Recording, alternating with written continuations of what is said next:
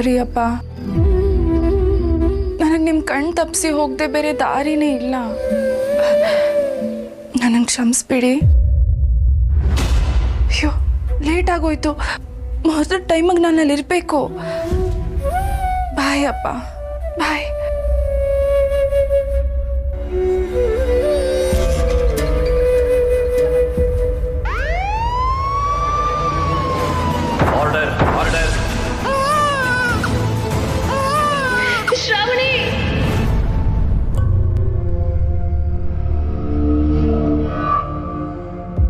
ಮರಿಬೇಕು ಅಂತಿದ್ದ ವಿಷಯ ಎಲ್ಲ ಮತ್ತೆ ಮತ್ತೆ ಕಣ್ಮುಂದೆ ಬಂದು ಕಾಡ್ತಾ ಇದೆಯಲ್ಲ, ಯಾಕೆ?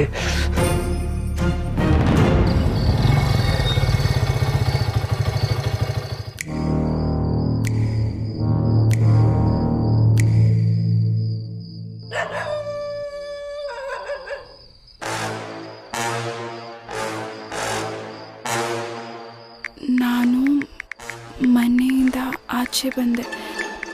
ನೀನು ಎಲ್ಲಿದ್ಯಾ? ನಾನು ಬಂದಿದ್ದೀನಿ, ಕಾಯ್ತಾ ಇದ್ದೀನಿ. ಓಕೆ, ಬರ್ತಿದ್ದೀನಿ.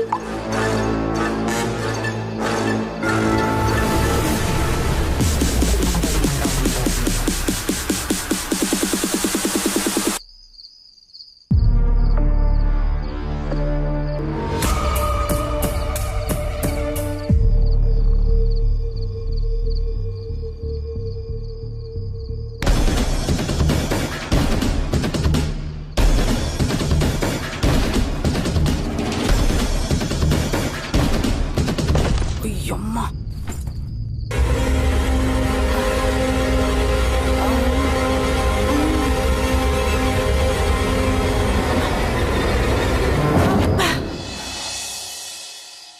ಎಲ್ಲ ಓಕೆನಾ? ಏನು ಓಕೆ? ಬ್ಯಾಗ್ ನನ್ನ ತಲೆ ಮೇಲೆ ಬಿತ್ತು. ತಲೆ ಮೇಲೆ ಬಿದ್ದಿದ್ ಬ್ಯಾಗ್ ತಾನೆ, ಬಾಂಬ್ ಅಲ್ವಲ್ಲ. ನಡಿ, ಬೇಗ ಹೋಗೋಣ. ಅಪ್ಪ ಏನಾದ್ರೂ ಎದ್ರೆ ತಲೆನೇ ಹೋಗೋದು. ನಡಿ ನಡಿ ನಡಿ. ಇದು ತಪ್ಪಲ್ವಾ? ಯಾವುದಕ್ಕೂ ಇನ್ನೊಂದ್ಸರಿ ಯೋಚನೆ ಮಾಡೋದು ಒಳ್ಳೇದು. ಮನೆಯಿಂದಾನೇ ಆಚೆ ಬಂದಾಗಿದೆ, ಇನ್ನೇನ್ ಯೋಚನೆ ಮಾಡೋದು? ನಡಿ, ಬೇಗ ಗಾಡಿ ಸ್ಟಾರ್ಟ್ ಮಾಡು. ನಡಿ.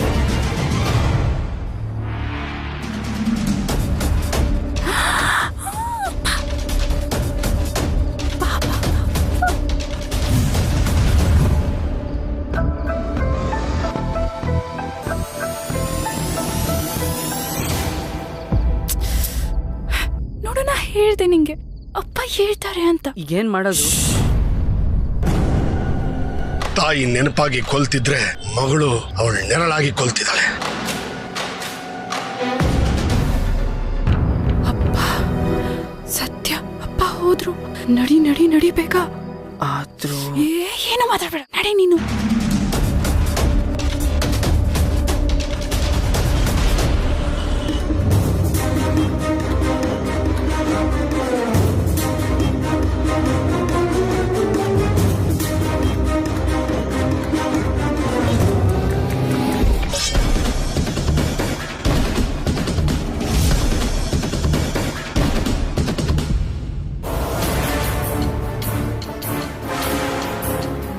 ಪ್ಲೀಸ್ ಇನ್ನೊಂದ್ಸಲ ಯೋಚನೆ ಮಾಡಿ. ಇಷ್ಟೊಂದು ಧೈರ್ಯ ಒಳ್ಳೇದಲ್ಲ. ಯಾರಾದ್ರೂ ನೋಡಿದ್ರೆ ಕಷ್ಟ ಆಗುತ್ತೆ. ಇಲ್ಲಿವರೆಗೂ ಬಂದ್ಮೇಲೆ ಇನ್ ಯಾರು ನೋಡಿದ್ರೆ ಏನು? ನೀನ್ ನಡಿ, ಬೇಗ. ಮುಹೂರ್ತಕ್ಕೆ ಟೈಮ್ ಆಗುತ್ತೆ, ಬಾ.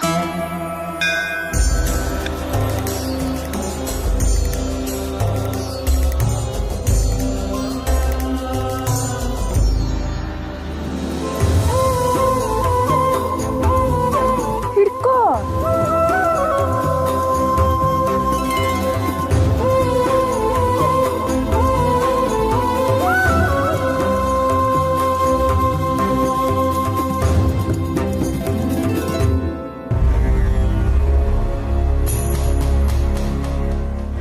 ಇದು ಹೂ, ಹಾವಲ್ಲ.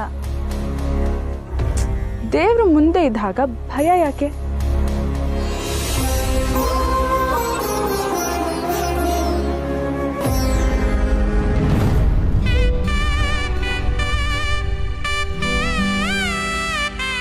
ಕೊಡಿಲಿ.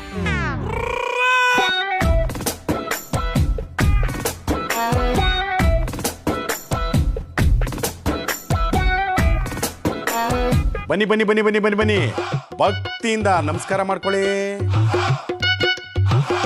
ರಂಗೋಲಿಯಿಂದ ಪಂಚಾಕಾರದ ಮಂಡಲ ಹಾಕಿ.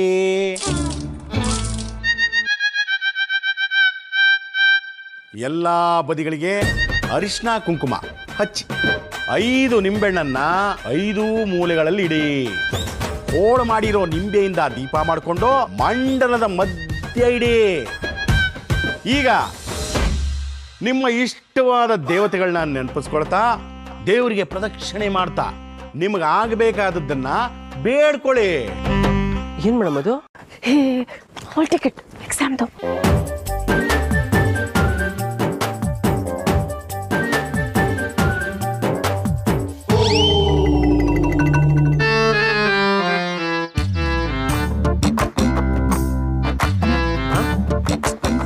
ನಡೆಯೋ ಈ ಕಡೆ.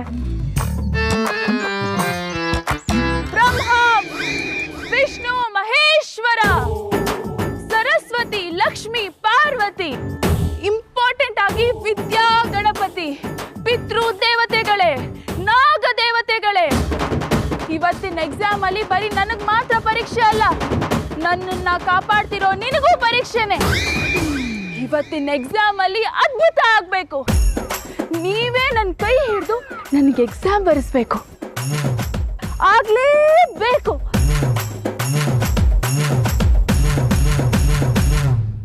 ಒಂದು ಎಕ್ಸಾಮ್ಗೋಸ್ಕರ ಇಷ್ಟೆಲ್ಲ ಮಾಡೋದು ಬೇಕಿತ್ತಾ ಮೇಡಮ್?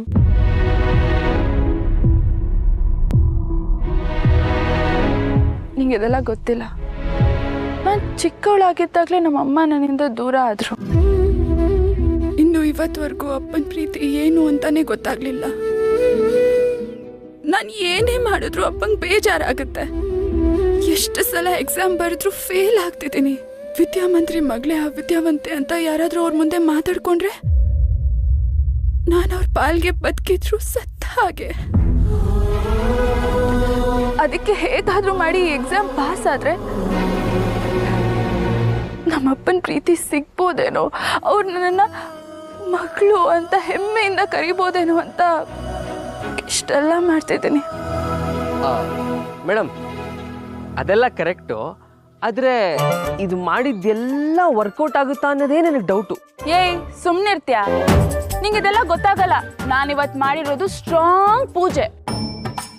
ಅದ್ಭುತ ಅದ್ಭುತ ಮೇಡಮ್.